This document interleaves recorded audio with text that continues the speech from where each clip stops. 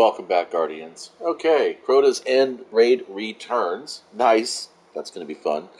I don't know if I'll actually do that or not. I may not be able to do that since I'm free to play now, and I don't know if raids are considered part of the free to play experience. I would imagine that if they're based on the expansion that's not free to play yet, well, that of course being this one. I don't remember his name. Sorry.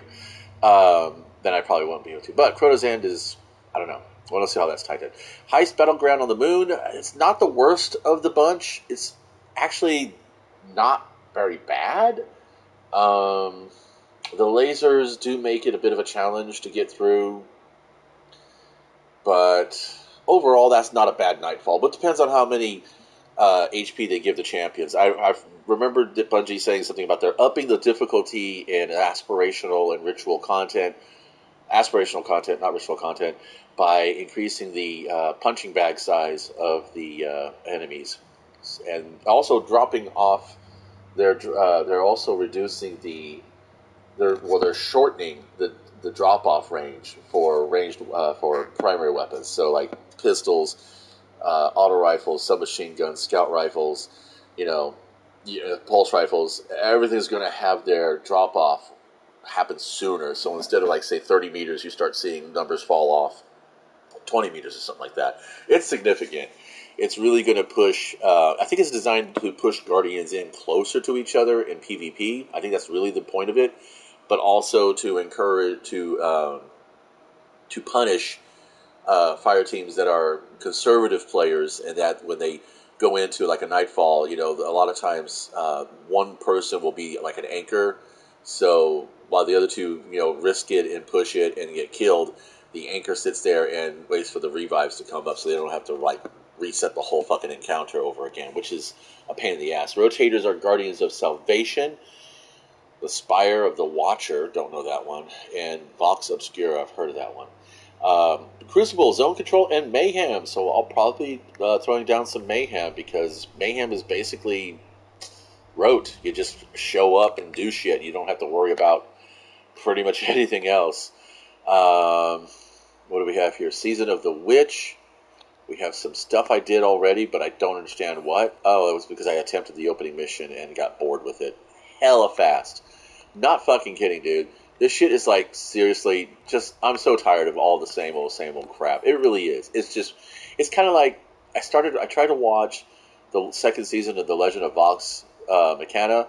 I liked the first season because it was the first time I got to actually visually see what everybody was gushing about. And, it was fun.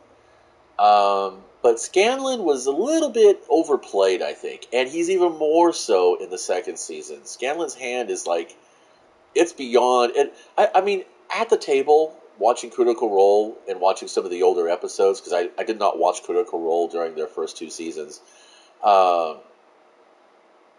It's, hearing Scanlan do his Scanlan's hand kind of thing every now and then. I mean, Regal is a funny guy, and his personality isn't just in his voice, but in his presence, if you will. His facial expressions, his gestures, and everything. And it's hard to get that across in the type of animation that Vox Mechanica, or that Critical Role has chosen to use for Vox, The Legend of Vox Mechanica. Vox Machina, sorry. I say Mechanica because I'm a Warhammer fan. So, yes, critters who might stumble across this, please go ahead and roast me in the comments. You would be well deserved to do so. But anyway, so like I said, yeah, watching the second season, it's like, and like, oh my god, how many times can Scanlan fuck off like that? And then the Horny Bard parody is just... The Horny Bard thing, I think, was a trope that Regal actually started with Critical Role. I don't ever remember Horny Bards before Critical Role became a thing, before 5th edition became a thing. I don't remember any games where we played there was a charisma-based character or a bard where there was like, we'll seduce the dragon, we'll seduce the BBEG. There wasn't even a BBEG. It was the final boss. We called it the final boss, or the big boss, or the dungeon boss. We didn't call it the big bad enemy guy or girl. It's all so much of Critical Role just infused itself into the culture of Dungeons and Dragons that it's even seeped into some of the third party, so-called independently designed things. Got this cool gun a couple days ago when I tried to play. Today's Friday, so I played yesterday. I only played for a little bit, so we're gonna go and go find Zur. I did not look online like I normally do, and I remember last week I went ahead and did all the research ahead of time, had a little preamble of, had an idea of where he was already, and I loaded up the stream at that point and just gave you guys the quick run of everything that was going on because it was like fucking 98 degrees outside and I'm sure close to 100 in the house. We haven't had our air conditioning for a week now, and I know there are some people out there who are waiting months, perhaps even. But here in California, high heat like this is just not, especially in the region of California that I'm in. I'm in the North Valley area, and it's just not tolerable. And I'm first generation, born in California. Most of my blood still flows down from the Rockies and North Dakota, so it's like, hey man, I don't really fucking dig this shit. I don't know. It's summer like this has really kind of pushed me to the idea of maybe somewhere far north up in Canada.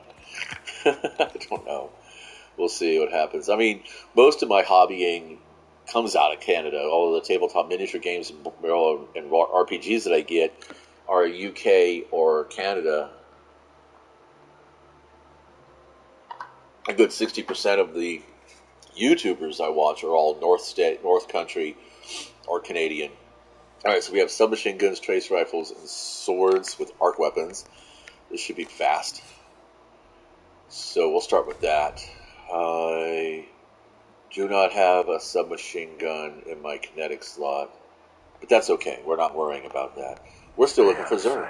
Maybe he'll sell something that I'll want. Maybe it'll be a submachine gun. Who knows? I know Banshee's selling subs, but I have a sub, so I don't want to buy one. And I have one that I've actually crafted, so I don't know that they get better as they go up in levels. I know as they go up in levels, you can access better mods, but I don't think they actually get any better. That's a shame, too, because I really do think that crafted weapons that can obtain levels should be allowed some kind of perk every, not super quickly, but say every 20 levels or so, they get a small bump to one of their stats. And here he is in the tower, just like I suspected he would be. And yes, he is selling a submachine gun. It's the Death Adder. It's a good gun. I like this. Dynamic sway reductions with rangefinder. That's really nice. Full bore is actually pretty good. Handling is pretty good. This is not a bad roll. If you are lacking a good, mid to close range answer to most of these people aping up on you in Crucible or ads that are charging you, this would be a nice choice to go. I am going to stay with my crafted one because it has Volt Shock on it. Oh, hey, look. We got 60s up. I don't think okay, that's a 66, so I can't use that. That's a 64 for Iron Companion boots versus 67 with a higher resilience. Ooh, I'm tempted. So that'd be like a 89 after I level it. That'd be an 86. Not worth it. But see, as the thing is that I've got a pretty even spread here. I'll be losing lots of mobility and intellect. Half my intellect. I'm really trying to push the grenade thing. Let's see. Takes a point hot. Okay, so if I buy the set, because I am suspecting that what I'm looking at here looks like the set is meant to balance itself, but it's tanking the mobility. This is like the Hunter version here. I think the stat lines for each character class will be different, but it's like This is significantly rated in resilience. There's that intellect. Recovery. Yeah, resilience. So this set is real. If I go with this set, if I go with the chest and the boots, I'm going to be maxed out on resilience. You know, fuck it. Let's go for it. Let's try this again.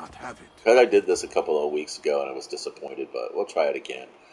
Don't care about Graviton Forfeit. I don't care about any of these exotics, but if you want to see them, they're good.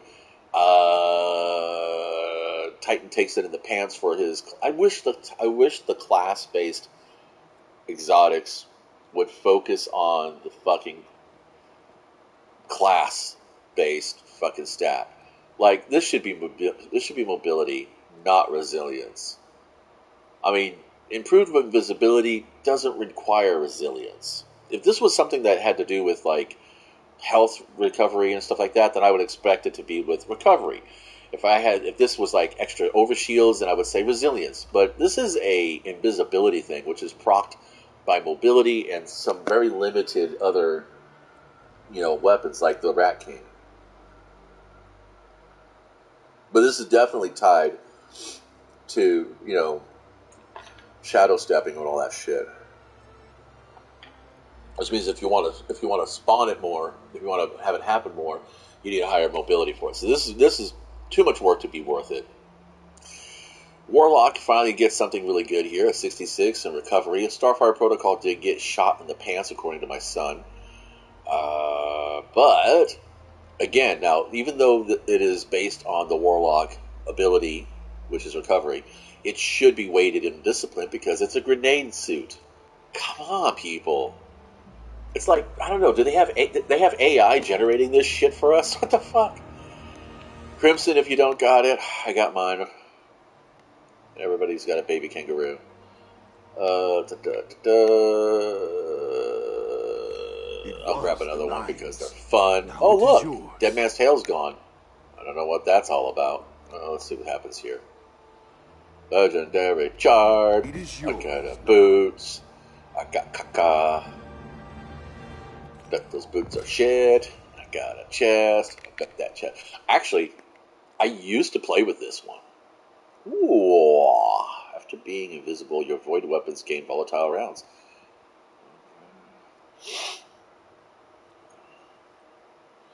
I did run with this for a while. I don't know why I broke it, because I think I was just like, done. Don't want that anymore. Don't need it. Frosties. Damn, it's 67 on the Frosties. Tempted. I get more utility out of Bombardiers and Assassin's Cowl, believe it or not. Let's see. Oh, I got a stochastic variable. Oh, how'd I get this guy? Huh, I don't remember picking that up. How'd I get this and this? This is so bizarre. How bizarre. How bizarre. But yeah, I'm not going to worry about the stochastic because I got my Akelos. Alright, well, that's there for you guys. Oh yeah, the recap. My will is not my own. Those who skipped to the end. Is yours. The Hunter armor, I guess. No. Jesus, maybe. Let's see what the strings are. Fiberglass, compact, elastic. Okay, elastic's good. Fiberglass is better for accuracy, and it's got a draw time along with Archer's Tempo, which this kind of like stacks in a bad way. You don't want that. This should have been like an accuracy or an impact. If this was an accuracy or an impact, I would say this was definitely worth it, but otherwise I'd say pass. Sweet Sorrow. Not a fan of the title, but you know what? Stats for all and Tap the Trigger, good choices. Accretized rounds and Flared Magwell, that's really nice. It's only got 52 in the magazine and it barfs bullets. So Flared Magwell is a good choice on this one. Chambered Compensator. Never really seen much happen out of that, but at least small bore makes it worth it. And the Reload Masterwork. Okay, see, there we go. Here we go. See, Flared Magwell, Reload Speed, that's a good pairing. That's synergy. And then Tap the Trigger and Stats for all. Super nice. On a 720, I think, you know what? It's an energy. If this was a gun that rolled in my kinetic slot, I'd be all over it. But I have a 600. I have something that's good already. This would be nice for like softening up a target before a melee and crucible, but not really something you want to take into PvE. Although the round barfing, if you have some other mechanic that synergizes with reloading, like I think the Warlock has some special effect that gives his weapons extra damage for reloading. I said that Death Adder is a good choice. I did say that. The hand cannon Ecolos is crap. Those are crap stats. Don't worry about these. These are all garbage. You're not going to put out enough rounds to make this worth it. Let's see about this guy. Ricochet rounds is always a good choice. Scopes on this on pulse rifles are kind of like whatever. If it's not going to help your stability, it really doesn't make a difference. It's all about your own engagement styles. Grave Robber, again, that means pushing it up far closer. Um, yeah, this is Grave Robber treats this gun, turns this gun from a pulse rifle into an SMG, believe it or not, or a slow firing shotgun. Um, so I would say probably kick this one out. Don't want this one. So the choices, I would say Death Adder for sure, and maybe Sweet Sorrow if you don't have something decent in your energy slot for this style. Everything else is either craftable or just not worth it. And that's it. So I want to say thank you for stopping by. I'm going to go blow up some aliens. To do what you say Oh, yeah. is to Until speak next in a time. language Hope you guys have of some fun. pure meaning. And you stay cool. And hydrated. And nutriated.